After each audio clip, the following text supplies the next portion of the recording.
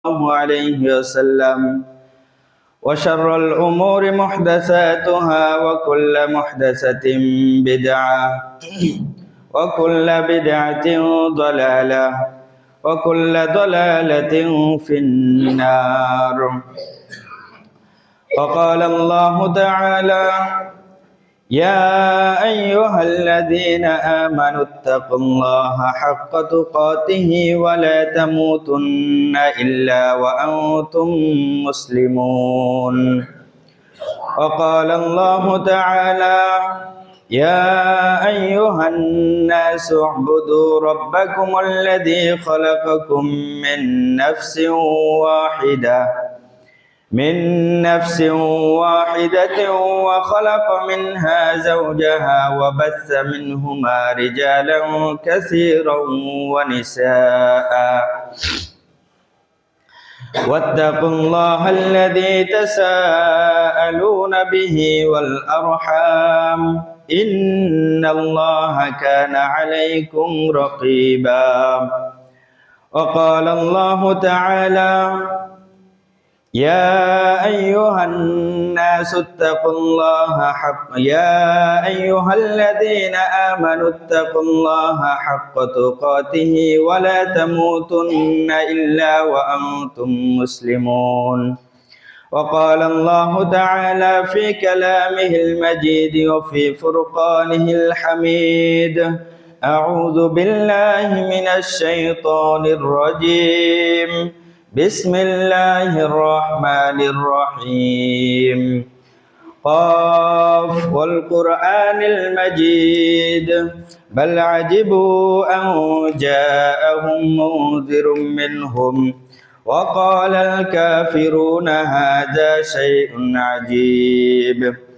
أإذا متنا وكنا ترابا ذلك رجع بعيد.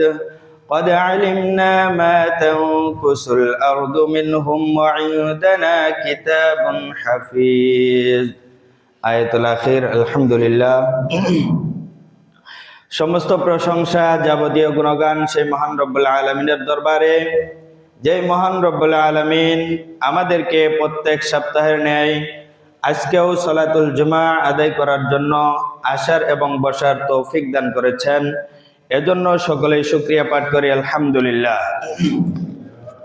সেই সাথে দরুদ ও সালাম বর্ষিত হোক প্রিয় নবী আকায়ে নামদার তাজদার মদিনা দুলালি আমিন সাইয়্যিদুল মুরসালিন খাতামুন নবিয়্যিন শাফিউল মুজরিমিন হযরত মুহাম্মদুর রাসূলুল্লাহ সাল্লাল্লাহু আলাইহি ওয়াসাল্লামের উপর।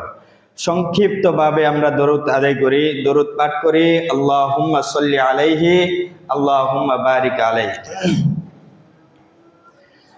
সম্মানিত মুসল্লিয়ানে কেরাম, সম্মানিত দ্বীনী ভাই ও বন্ধুগণ, আজকে আমরা যে বিষয়টি নিয়ে আলোচনা করার চেষ্টা করব সেটি হচ্ছে হালাল এবং হারাম। এই বিষয়টি যেহেতু রমজান মাস, ইবাদত কবুলের পূর্ব শর্ত হচ্ছে হালাল ভক্ষণ করা, হালাল পরিধান করা, হালাল পানীয় ভক্ষণ করা। সেই সাথে যেহেতু রমজান মাস, এই রমজান মাস অনুযায়ী আপনি যদি হালাল না খেয়ে হারামভাবে উপার্জন করেন, হারামভাবে ব্যবসা বাণিজ্য করেন, হারাম উপায়ে যদি উপার্জন করে সেই খাদ্যগুলো আপনি গ্রহণ করেন, তাহলে আপনার ইবাদতগুলো আল্লাহ সুবহানাহু ওয়া তাআলার দরবারে কবুল হবে না। এর শর্ত হচ্ছে একটাই, আপনাকে হালাল ভক্ষণ করতে হবে, হালাল খেতে হবে।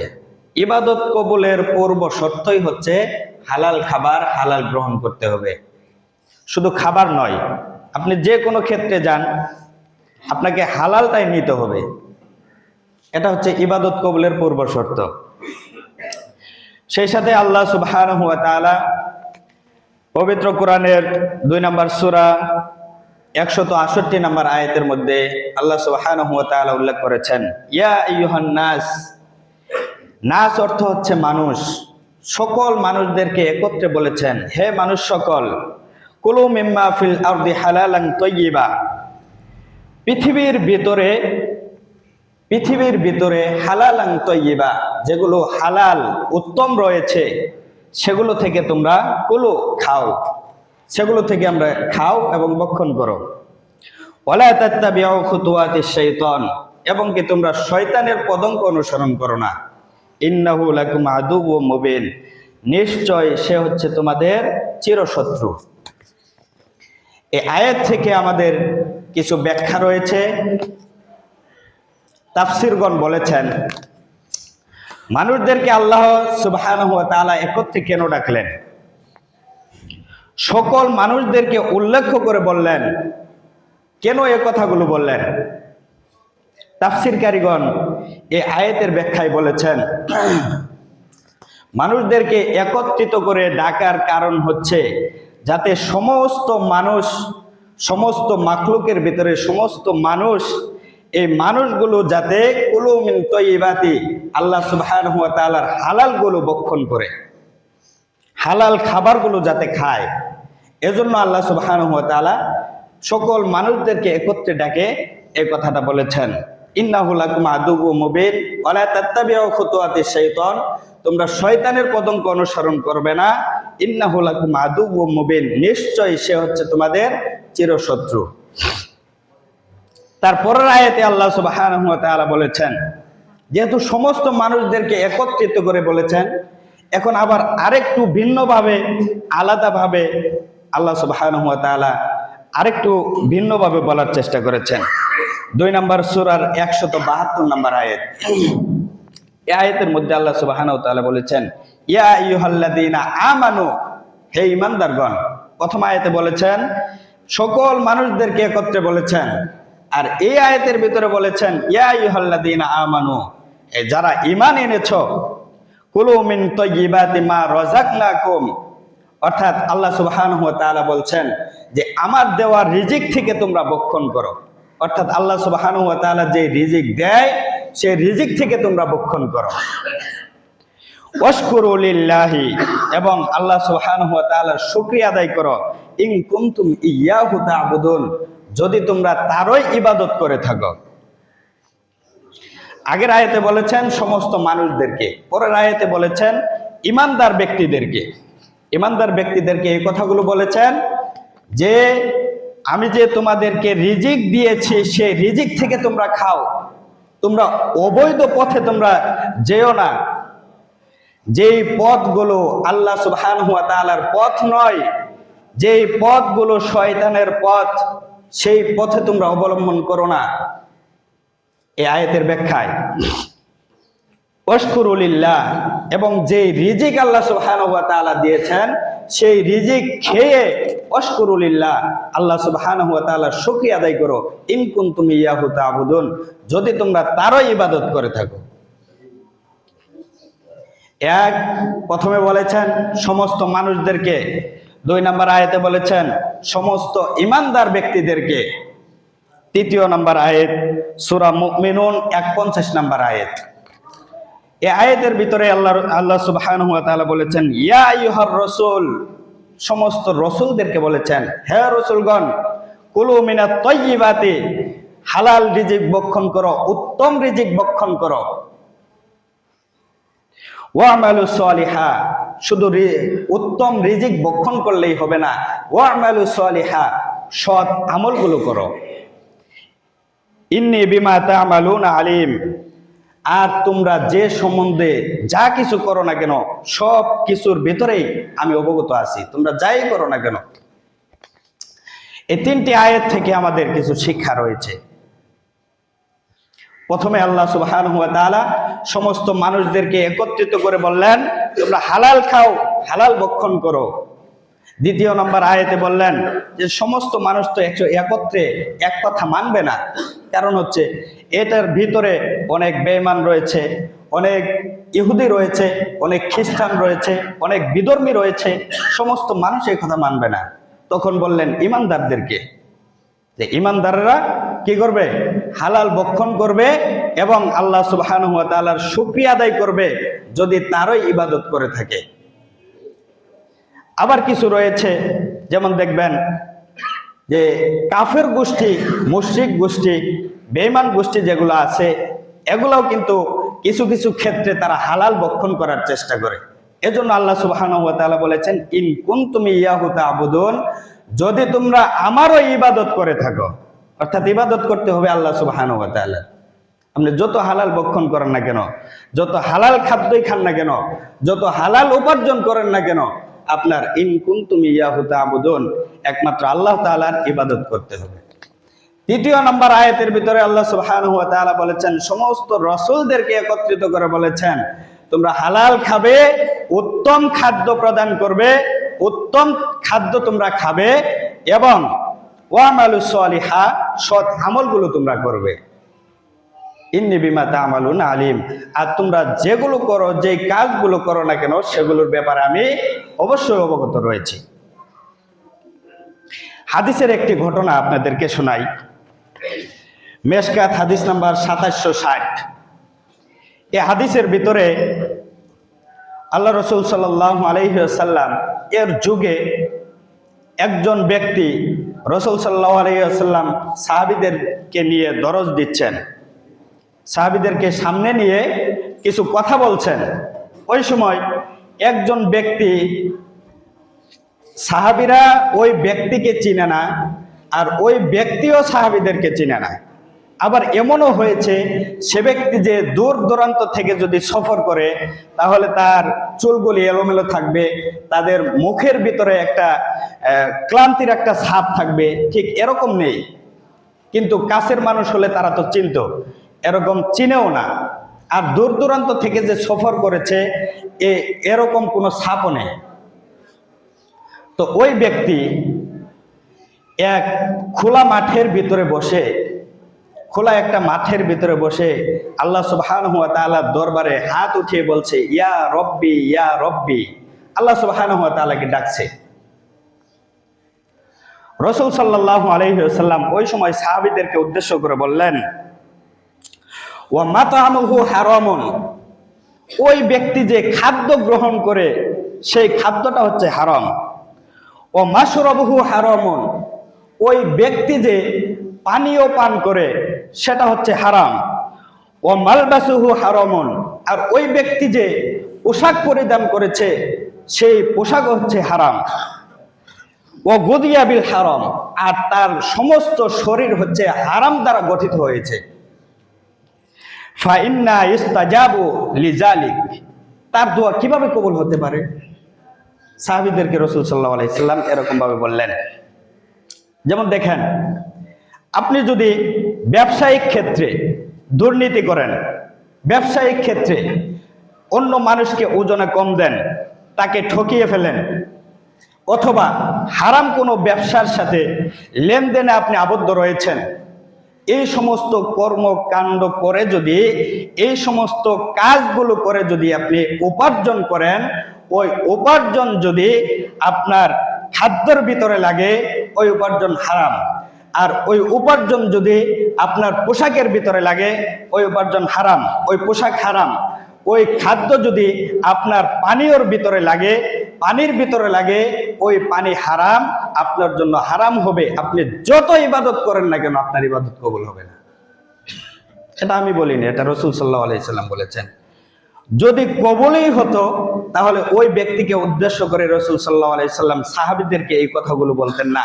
ও মাতআমুহু হারামুন, তার খাদ্য হারাম।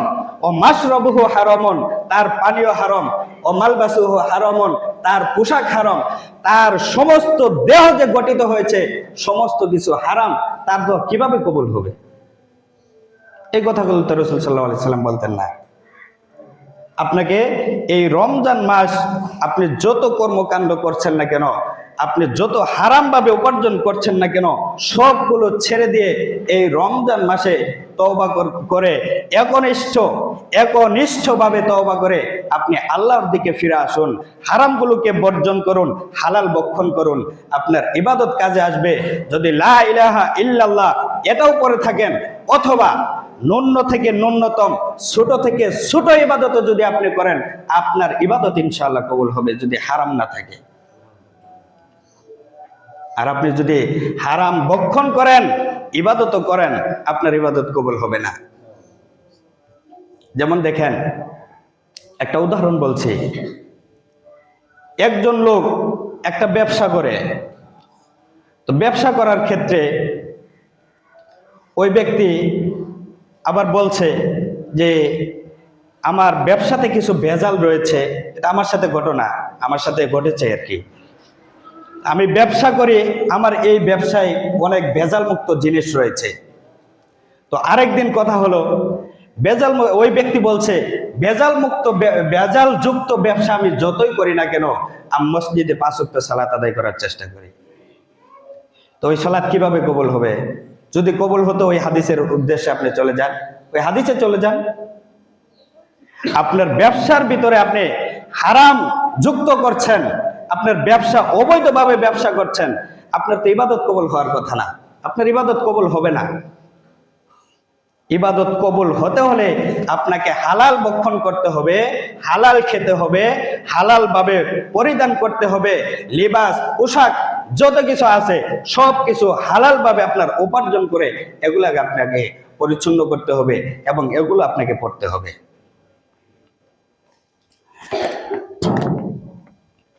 বুখারী মিশকাত হাদিস নাম্বার 2761। আবু হুরায়রা রাদিয়াল্লাহু আনহু থেকে বর্ণিত, তিনি বলেন রাসূল সাল্লাল্লাহু আলাইহি ওয়াসাল্লাম বলেছেন, মানুষের মাঝে এমন একটা যুগ আসবে, মানুষের মাঝে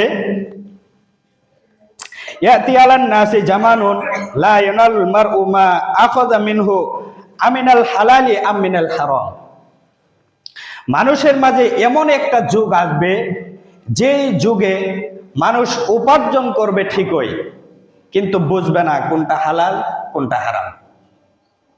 যেমন আপনি দেখেন, অধিকাংশ মানুষ আছে যে সুদের ভিতরে আপনার টাকা লাগাচ্ছে, কিন্তু ওই মানুষটা বুঝতেছে না যে এই টাকা যে লাগাচ্ছি, টাকা যে আমি খাইতেছি, এটা হালাল হচ্ছে না হারাম হচ্ছে, এটা অনেক মানুষই জানে না। গ্রাম অঞ্চলের দিকে চলে যান, যারা জানেন তো ভালো, গ্রাম অঞ্চলের দিকে চলে যান, 10,000 টাকা আছে, 10,000 টাকা দিয়ে সে কি করবে? সে সুদের ভিতরে লাগাই দেয়। আমাদের এলাকায় আছে এরকম। কিন্তু এই হাদিসের ভিতরে বলা আছে যে মানুষ এমন একটা যুগ আসবে, যে যুগের ভিতরে মানুষ উপার্জন করবে ঠিকই, কিন্তু এটা কি হালাল হচ্ছে নাকি হারাম হচ্ছে এই ব্যাপারে ওই ব্যক্তি উদাসীন থাকবে, যে জানবে না সে ব্যক্তি হালাল ভাবে উপার্জন করছে নাকি হারাম ভাবে উপার্জন করছে। আরেকটি হাদিসের ঘটনা আপনাদেরকে শোনাই।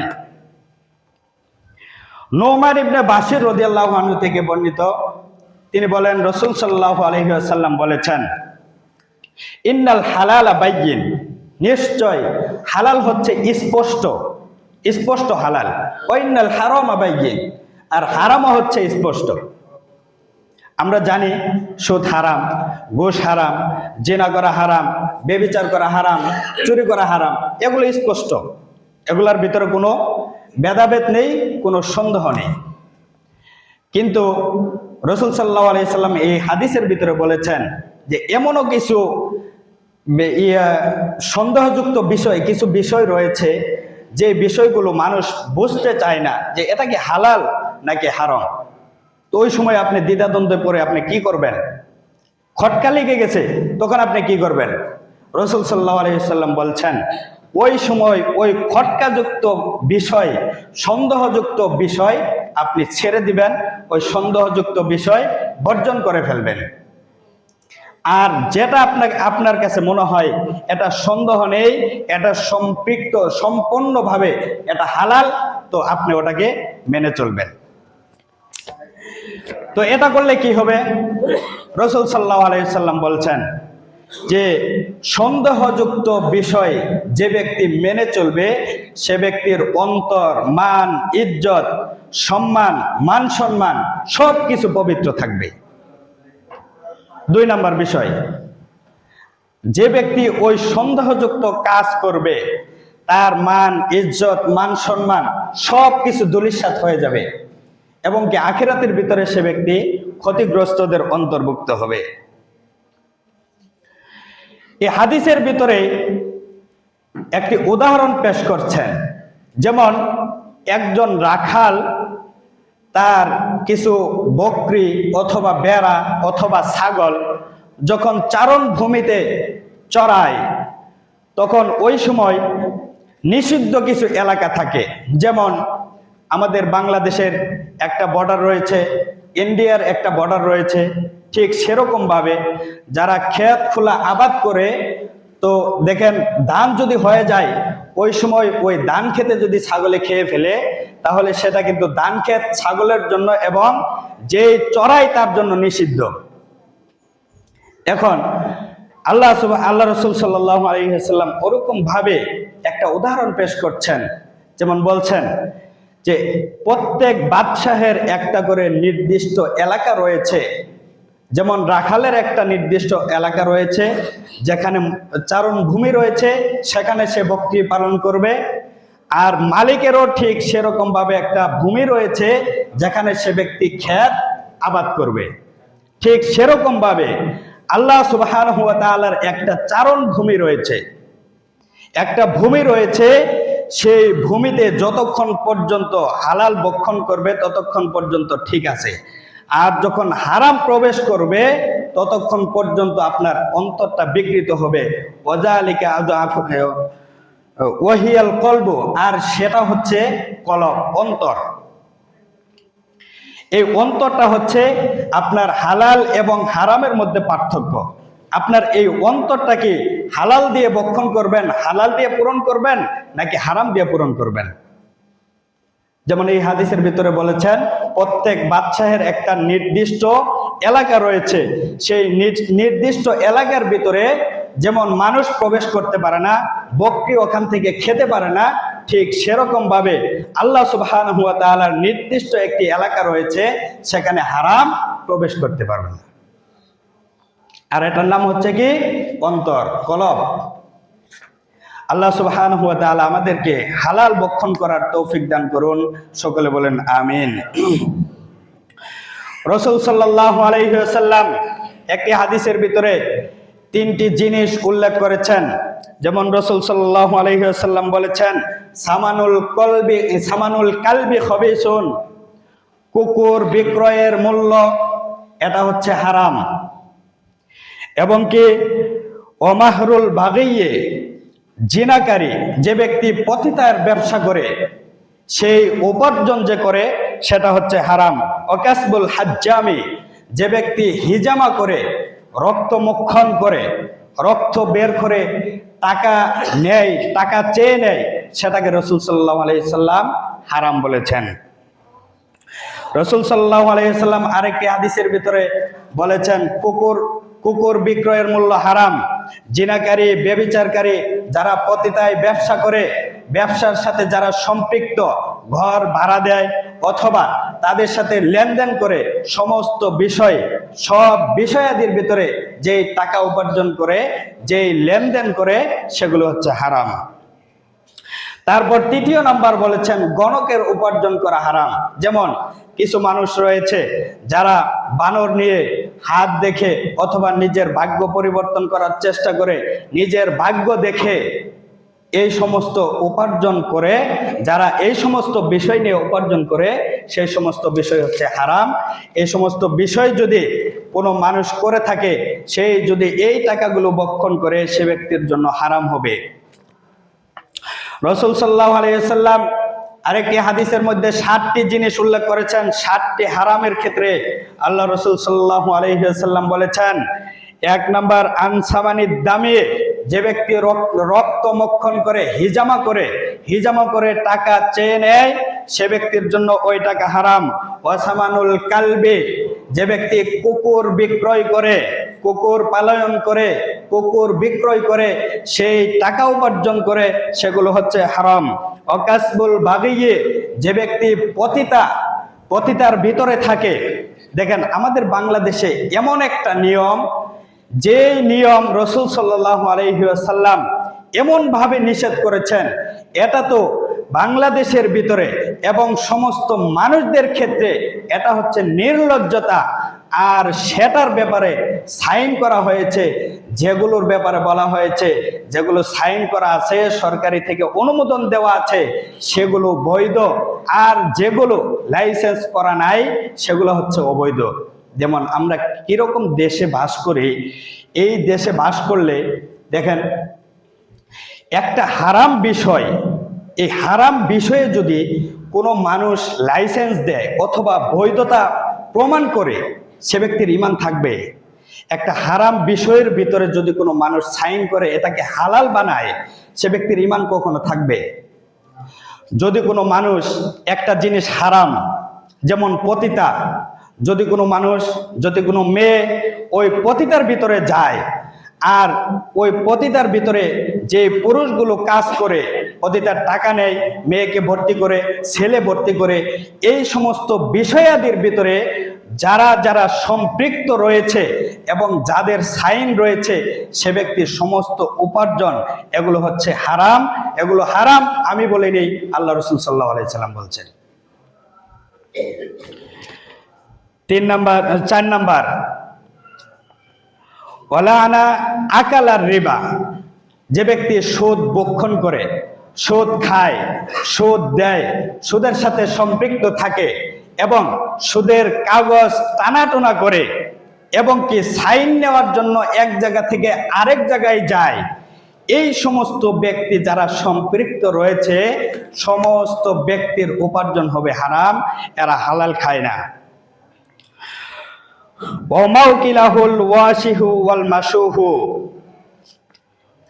এ ব্যাপারে রাসূল সাল্লাল্লাহু আলাইহি ওয়াসাল্লাম বলেছেন, উল্কি করা, যেমন এটা হচ্ছে উল্কি করা, এটা হাদিসের ভাষা। এটাকে বাংলায় যদি ব্যাখ্যা করা হয়, হাদিসের ভাষায় এই উল্কি করা এটাকে ব্যাখ্যা করা হয়েছে যে বাংলায় মানুষ যেটাকে বোঝে ট্যাটু করা, যেমন শরীরের ভিতরে কোনো অংশে কোনো চিত্র অথবা কোনো লেখা অঙ্কন করে, যে ব্যক্তি করে সেটাও হারাম, আর যে ব্যক্তি করায় সেটাও হারাম, যেই টাকাটা নেয় সেটাও হারাম। যে ট্যাটু করায়, ট্যাটু করে অথবা যেই টাকাগুলো নেয়, ভক্ষণ করে, এগুলো হচ্ছে হারাম। অল মাসওয়ারা, যে ব্যক্তি ছবি অঙ্কন করে, যেগুলোতে প্রাণ দেওয়া অসম্ভব, যেগুলোতে প্রাণ দেওয়া যায় না, যেগুলোকে জীবন দেওয়া যায় না, এই সমস্ত বিষয় যারা অঙ্কন করে থাকে, এই সমস্ত বিষয় যারা অঙ্কন করে থাকে বা চিত্র আঁকায়, এই সমস্ত বিষয় হচ্ছে হারাম। এই সমস্ত বিষয় যারা করে, যারা ব্যবসা বাণিজ্য করে, উপার্জন করে, এগুলো হারাম খায়, এগুলো হালাল খায় না, এগুলো হচ্ছে হারাম। এখন আরেকটা সুন্দর একটা হাদিস শুনেন। আবু হুরায়রা রাদিয়াল্লাহু আনহু থেকে বর্ণিত, তিনি বলেন, রাসূল সাল্লাল্লাহু আলাইহি ওয়াসাল্লাম বলেছেন, লা ইয়াদখুলুল জান্নাতা লাহমুন নাবাতা মিনাস সুহতি। রাসূল সাল্লাল্লাহু আলাইহি ওয়াসাল্লাম স্পষ্ট বলেছেন, যেই দেহ, যেই শরীর হারাম দ্বারা গঠিত হয়েছে, সেই দেহ কখনো জান্নাতে প্রবেশ করবে না। এটা আমি বলিনি, রাসূল সাল্লাল্লাহু আলাইহি ওয়াসাল্লাম বলেছেন। আপনি যদি হারাম দ্বারা আপনার শরীরকে গঠন করেন, আপনার শরীরকে বানান, শরীরকে তৈরি করেন, সেই দেহ দুনিয়াতেই থেকে যাবে, আপনার জন্য জান্নাতে যাবে না। ওয়াকুল লাহমি নাবাতা মিনাস সুহতি ওয়া কানাতিন নারু আওলা বিহি, আর যে ব্যক্তি হারাম দ্বারা শরীরকে গঠন করেছে, সে ব্যক্তির জন্য জাহান্নামই সমীচীন, সে ব্যক্তি জান্নাতে যাওয়ার যোগ্যতা রাখে না। এখন আপনি চিন্তা করেন, এই রমজান মাস আপনি কি হারাম ছাড়বেন, নাকি আরো রমজানের পর আবার কি হারামের ওই ব্যবসাতে গঠিত করবেন, ওই ব্যবসায় কি আবার যুক্ত হবেন নাকি?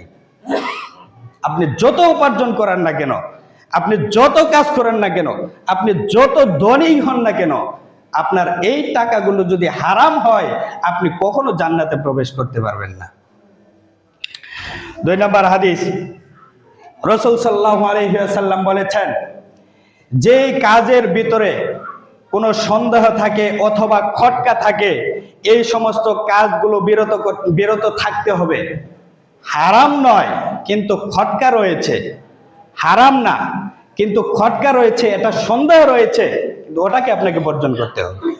হারাম খাওয়া তো দূরের কথা, আপনার হারামের ভিতরে এটা খটকা রয়েছে, সন্দেহ রয়েছে, এটা কি হারাম নাকি হালাল, এই সন্দেহযুক্ত রয়েছে, এই সন্দেহযুক্ত বিষয়কে আপনাকে পরিত্যাগ করতে হবে, সন্দেহযুক্ত বিষয়কে আপনাকে বাদ দিতে হবে, পরিত্যাগ করতে হবে।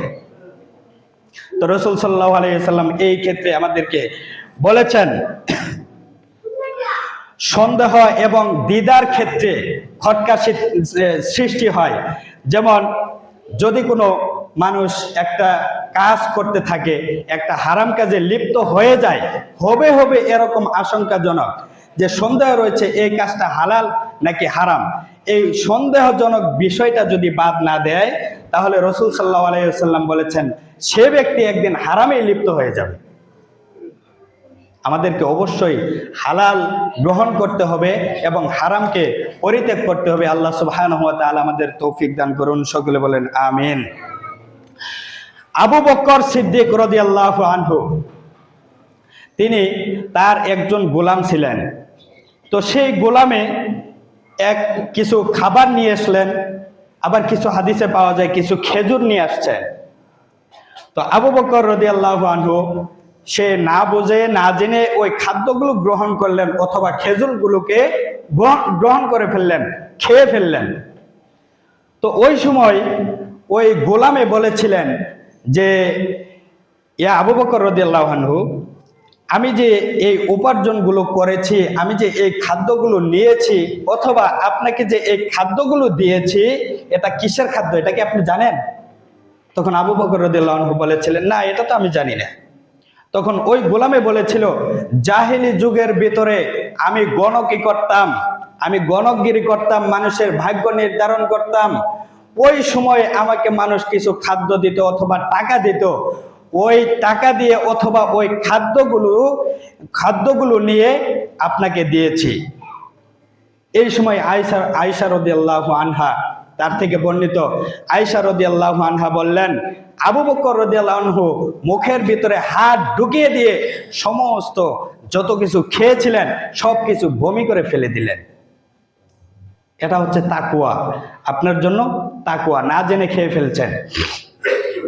কিন্তু আবু বকর রাদিয়াল্লাহু আনহু আমাদেরকে এই শিক্ষাটাই দিয়েছেন, যেমন হারাম খাদ্য যদি আপনি ভুলেও খেয়ে ফেলেন, তখন আপনাকে এত কষ্ট করার দরকার নাই। রাসূল সাল্লাল্লাহু আলাইহি ওয়াসাল্লাম বলছেন, হারাম খাদ্য আপনি ভুলে গ্রহণ করে ফেলেছেন, যতটুকু খাদ্য গ্রহণ করেছেন ওই পরিমাণ অর্থ অথবা ওই খাবারটা একজন ফকির, মিসকিন অথবা কোনো জায়গায় আপনি দান করে দিতে পারবেন, আপনাকে বমি করতে হবে না।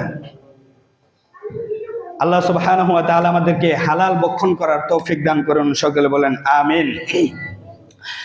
আরো কিছু হারামের কথা আমি আপনাদেরকে বলে যাই, যেমন অন্যের মাল ভক্ষণ করা অথবা চুরি করা, ডাকাতি করা, এই সমস্ত বিষয় হারাম।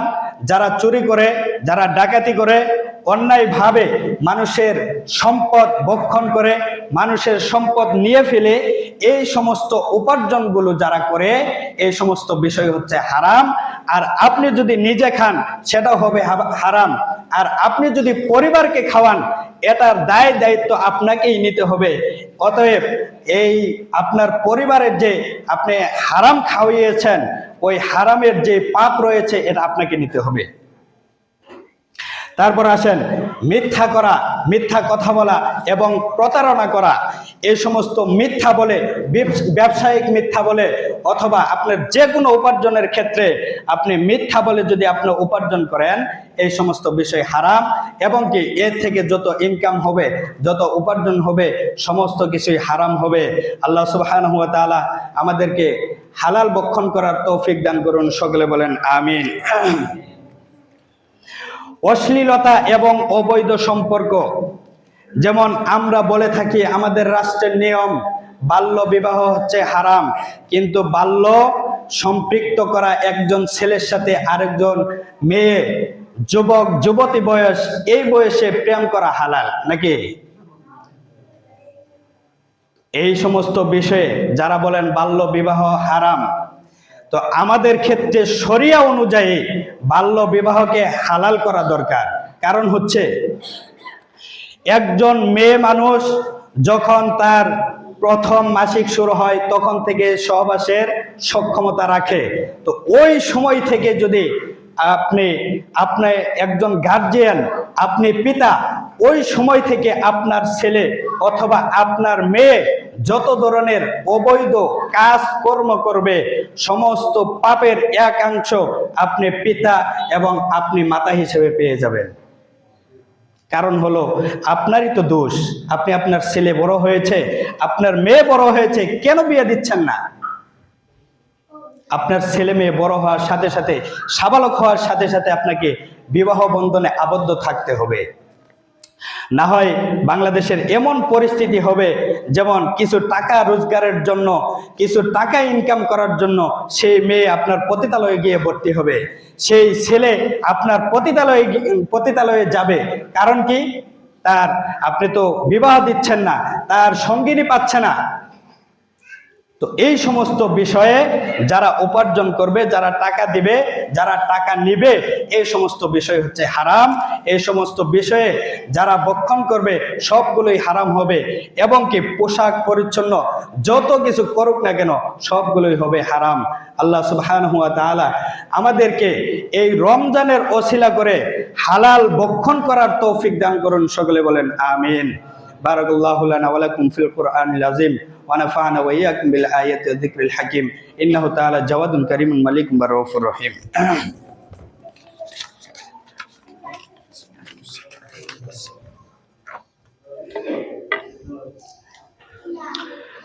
ইন্নাল্লাহা ওয়া মালাইকাতাহু ইউসাল্লুনা আলান নবী ইয়া আইয়ুহাল্লাযীনা আমানু সাল্লু আলাইহি ওয়া সাল্লিমু তাসলিমা। আল্লাহুম্মা সাল্লি আলা মুহাম্মাদ ওয়া আলা আলি মুহাম্মাদ কামা সাল্লাইতা আলা ইব্রাহিম ওয়া আলা আলি ইব্রাহিম ইন্নাকা হামিদুম মাজিদ। আল্লাহুম্মা বারিক আলা মুহাম্মাদ ওয়া আলা আলি মুহাম্মাদ كما باركت على إبراهيم وعلى آل إبراهيم إنك حميد مجيد। সম্মানিত দিনী ভাই বন্ধুগণ, আমরা যেহেতু রমজান মাস পেয়েছি বিগত 1 বছর, অতএব গত রমজানেও আমরা তওবা করেছিলাম কিনা এ বিষয়ে আমাদের জানা নেই। তবে আল্লাহ রাসূল সাল্লাল্লাহু আলাইহি ওয়াসাল্লাম বলেছেন, যে ব্যক্তি রমজান মাস পেয়েও তার গুনাহগুলোকে ক্ষমা করতে পারলো না, তার মতো নির্বোধ, তার মতো অযোগ্য মানুষ পৃথিবীতে নেই। অতএব যেহেতু আমরা রমজান মাস পেয়েছি, আমাদের বেশি বেশি তওবা করা দরকার। এবং কি যারা হারাম ব্যবসায় লিপ্ত রয়েছেন, হারাম কাজে লিপ্ত রয়েছেন, এই সমস্ত বিষয় থেকে এই রমজানের ওসিলা করে আমাদের ওখান থেকে বের হওয়া দরকার। আল্লাহ সুবহানাহু ওয়া তাআলা আমাদেরকে হারাম বিষয় থেকে, হারাম কোনো বস্তু খাওয়া থেকে বিরত থাকার তৌফিক দান করুন। সকলে বলেন আমিন। যেহেতু রমজান মাস পেয়েছি, আমাদের সবচাইতে বেশি থেকে বেশি আমাদেরকে তওবা করতে হবে। আমার সাথে সকলেই পড়বেন, আস্তাগফিরুল্লাহাল্লাযী লা ইলাহা ইল্লা হুয়াল হাইয়ুল কাইয়্যুম ওয়া আতুবু ইলাইহি। আস্তাগফিরুল্লাহ আল্লাযী লা ইলাহা ইল্লা হুয়াল হাইয়ুল কাইয়্যুম ওয়া আতুবু ইলাইহি। আস্তাগফিরুল্লাহ আল্লাযী লা ইলাহা ইল্লা হুয়াল হাইয়ুল কাইয়্যুম ওয়া আতুবু ইলাইহি। আজকের খুতবা থেকে আপনাদের থেকে যারা হারামভাবে ব্যবসা করেন, অবৈধ ব্যবসা করেন, এরকম 5 জন লোক আমি চাই, এরকম 5 জন লোক আমি চাই যারা এই খুতবার মাধ্যমে, এই আলোচনার মাধ্যমে, এই রমজানের মাধ্যমে আপনারা পরিবর্তন হবেন। ইনশাল্লাহ এই রমজানের পরে থেকে আপনারা হারামে লিপ্ত হবেন না, হারাম ব্যবসায় লিপ্ত হবেন না, হারাম খাদ্যে লিপ্ত হবেন না। এরকম 5 জন লোক আমি চাই, প্রকাশ্যে চাই না, আপনারা নিজে থেকে আপনারা পরিবর্তন করার চেষ্টা করবেন ইনশাআল্লাহ। আল্লাহ সুবহানাহু ওয়া তাআলা আমাদের প্রত্যেককে হালাল ভক্ষণ করার তৌফিক দান করুন। সকলে বলেন আমিন। হারাম থেকে বিরত থাকার তৌফিক দান করুন। সকলে বলেন আমিন। এই রমজানের ওসিলা করে আমাদের প্রত্যেককে নিজের গুনাহসমূহকে মাফ করে দেওয়ার তৌফিক দান করুন। সকলে বলেন আমিন। আল্লাহ সুবহানাহু ওয়া তাআলা আমাদের দিকে রহমতের দিকে যেন তাকান। আল্লাহ সুবহানাহু ওয়া তাআলা আমাদের প্রত্যেককে নিজের মনে করে আল্লাহ সুবহানাহু ওয়া তাআলা যাতে আমাদেরকে ক্ষমা করে দেন। সকলে বলেন আমিন। আল্লাহ সুবহানাহু ওয়া তাআলা আমাদেরকে রমজানের 30টি রোজা যেন সম্পূর্ণভাবে আদায় করার তৌফিক দান করেন। সকলে বলেন আমিন। আখির দাওয়ানা আলহামদুলিল্লাহি রাব্বিল আলামিন। আসসালামু আলাইকুম ওয়া রাহমাতুল্লাহি ওয়া বারাকাতুহু।